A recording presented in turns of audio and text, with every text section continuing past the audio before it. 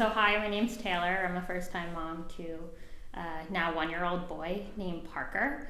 And my birth didn't go how I expected, which I know is obviously very common, but in the moment didn't really feel like that. So I'll share a little bit kind of about my story.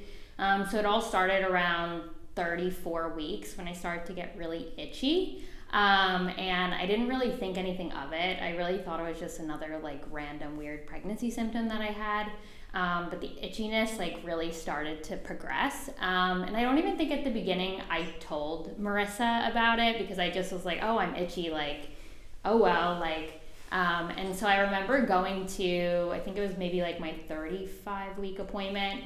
And casually like mentioning to my OB, she was like, oh, are you experiencing any symptoms? And I remember saying, yeah, like I'm really itchy. And she just like kind of looked at me and like her whole demeanor like really changed. She's super bubbly and like friendly and like everything kind of switched at that moment. And she started asking me like a million questions. Like, how long have you been itchy for? Like, how itchy are you? Like, where are you itchy? And I was like, this is really weird. Like, why is she asking like, you know, all these questions? Later to come to find out that I learned like what cholestasis was. And during my pregnancy, I was a very nervous first-time mom. So I tried to protect my peace as much as possible and block like keywords off of social media because I knew that seeing those videos was just gonna make me even more anxious. So I didn't really like see any videos about things like cholestasis or other birth stories that were negative because I just like didn't want to, I guess, disturb my peace. So I later learned like what cholestasis was. It basically is when your liver blocks or reduces the bile flow to it. And the reason why cholestasis is bad for pregnancy is because like it increases the risk of stillbirth. So basically kind of the process in order to get me diagnosed was to do lab work. And I guess the lab work, depending upon where your levels are, is indicative of when you're going to deliver. So if your levels are higher, you're going to deliver sooner. And since we were like so late in the game and the blood work took a while, I think there was probably like maybe a week period where I was like waiting for the first round of blood work.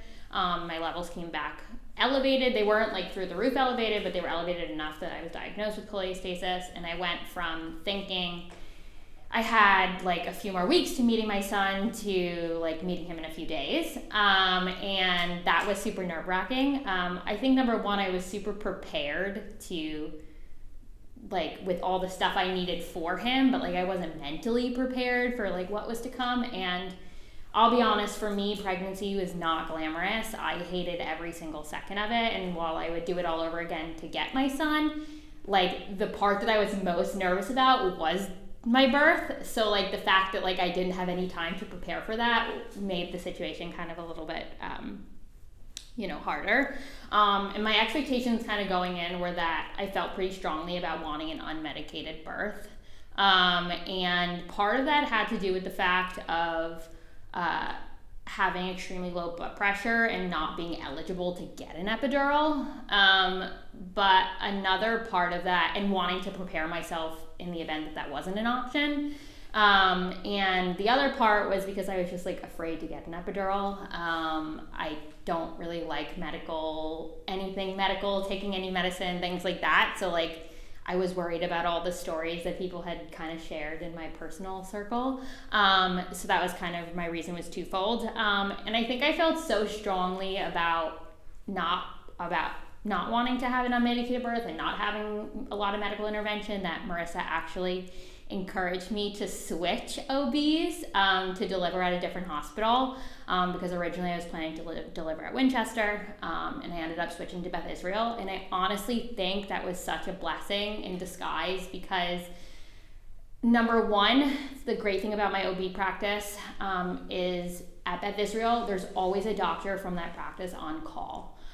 So I never was seeing a random, like no part during the labor experience was I like forced to see a random OB that I had never interacted with.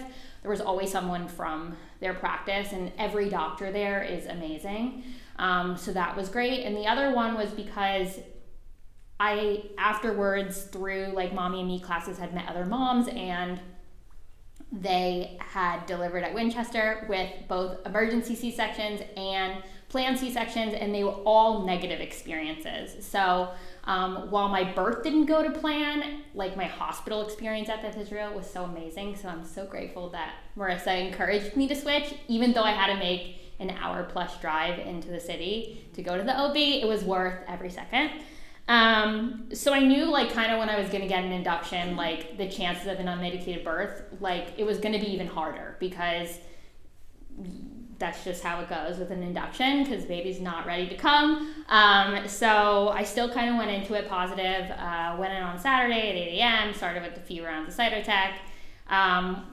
Things progressed over 24 hours. My contractions were pretty consistent, like 2 to 3 minutes apart. But I wasn't progressing as quickly as I would have hoped, which Marissa obviously like explained, like that's normal, like you're probably not going to see anything. I was still in really good spirits at that point in time, at that 24-hour mark. I had saved like 1 million Grey's Anatomy episodes to watch, which was so ironic to be watching that in the hospital. So like I was pretty much just binge watching it, and I wasn't really feeling anything from the contractions, even though they were consistent. I was pretty much in good spirits. Towards the end of the 24 hours, started getting nauseous, but still, fine. After 24 hours, I was then moved from like the intermediate room that I was in to like the delivery room, and I was like, great, like I'm gonna meet my son, like this is great.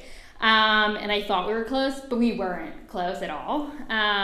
It was probably like another 12 hours after that, and the pain was starting to get worse, and my blood pressure was still very low. So they basically were like, to put yourself in the best position for you to get an epidural, like we're gonna have to pump you with a ton of fluids, which later kind of ended up, I feel like, coming back to bite me, but that's besides the point. But obviously we needed to do it. So I was kind of continuously being pumped with fluids. We did a Foley balloon that fell out, and then we started Pitocin, and I think I was on Pitocin for about 12 hours before I remember, I think either Zach calling, my husband calling Marissa, or me calling Marissa and basically saying like, I don't know what to do. I really don't want to get an epidural, but like I can't continue putting through this like pain that I'm in. So like, what do I do? And she was like, Taylor, like you haven't really slept, like you're like, we still got a ways to go. Like, if you don't do something to help, like, how are we going to, we're not like, you may not be able to get through the process. And again, it wasn't that Marissa was forcing me into making that decision. I think it was like the fire that I needed to, and like comfort that I needed to know that even though that wasn't what I wanted, that was like the next best natural step. So I ended up getting the epidural, still being pumped with lots of fluids. And by that point we were at like the 48-hour mark. And it was at that point that my water broke, which I later learned is like when the clock starts. So even though we were like 2 days in, it was still like kind of just starting at that point, at least I felt. And my son's heart rate was coming down, was dropping with contractions, but it was coming back up like pretty quickly. So like they weren't like concerned. And it wasn't my OB that was on call that night. And I remember the OB from coming in being like, we're not there yet, but like there's a possibility that we may need to get a C-section, because my son's heart rate was like starting to take longer to come back up. So at that point in time, like it was still hypothetical. Like it was not like I didn't accept that. So then I sent Zach across the street to McDonald's to get me a Slurpee. It's literally across the street from Beth Israel. Like he wasn't gone for that long. And by the time he came back, I was being rushed to the OR for emergency C-section. And I think the hardest part for me was that I had no time to process it. And that was the most overwhelming part. Like I never really thought that like how I would feel if things didn't go the way that I expected them to go. And like I hadn't slept in almost 2 days. I hadn't eaten because I was super nauseous, before I got the epidural. And everything was happening so fast. And when they take you back to the OR, you're alone, like when they're prepping you. And I just remember laying on the table crying hysterically. And like, I remember them testing the anesthesia and being like, can you feel this? Can you feel this? And then like the anesthesiologist being like, okay, like we're reaching max dosage. Like if you can still feel this, like we're going to have to put you under. And then like a few minutes later, he was born. And I don't really remember hearing him cry at all. And I really just only remember him being held up, and that was it. And I think that for me was the hardest part, because I had gone through almost 60 hours of labor only to not be able to like be a part of like the biggest moment, or one of the biggest moments of my life. And it didn't end like the way that I had imagined.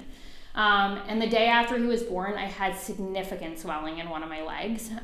So bad that like my doctor is pretty convinced that it was a blood clot, due to like the amount of fluids that I had. So less than 24 hours after having the C-section, I had to go down to get a scan, and like, you're in a lot of pain after getting a C-section the first time, like, and they're having to move my legs and like 500 different, it was so uncomfortable, and it was just a lot to deal with, like on top of kind of everything else that was going on. And I think for a while I carried a lot of guilt around, even though I didn't really have anything to feel guilty about. I kept replaying things in my head, wondering like, if I had done something differently, like would things have gone differently? And like if I had made a different choice, like would things have gone, a different way? And I think I was trying to find a reason when there doesn't need to be a reason. Looking back, when I went to my 6-week appointment, I talked to my OB about it. She asked me how I was feeling. And we basically sort of talked about and we had talked about this a little bit in the hospital, but basically come to find out, similar to my mom, that my pelvis was very narrow in the way that it was shaped. So my son was basically ramming into my pelvis for an extended period of time, which eventually just caused him to go into distress. So honestly, the outcome, knowing this, wouldn't have changed. It wouldn't have changed if I had probably gone in to have him, if I had gone into labor myself, or I hadn't been induced. And I think for me, I wished that I had prepared more. And it wasn't that Marissa didn't do a good job about doing that. It was more that I blocked out the part of this could happen and this is what's going to happen. And I was like, this is what's going to happen, and that's that. And I think that if I had prepared myself mentally for it ahead of time, that I would have been in a better headspace having to go through it. And I think that's where a lot of my guilt came from. Not just how it ended, but how unprepared I felt for the outcome. And I think for me that the biggest shift kind of that I experienced was that two things can be true at once. I can be incredibly grateful for having a healthy baby boy, but I can also feel traumatized by the experience that I went through to get to where I was. Now I'm able to kind of look back at it in a little bit better of a lens, and understand it more and not carry the guilt and the weight that I once carried. And I think my biggest takeaway, is that the way that your baby gets here is not what defines your experience as a mom. It's what comes after that. And I think that once I kind of learned and accepted that, it helped me to kind of change my mindset. And even though his story didn't go the way that I wanted it to go, that it was still a beautiful story nonetheless. And that's it.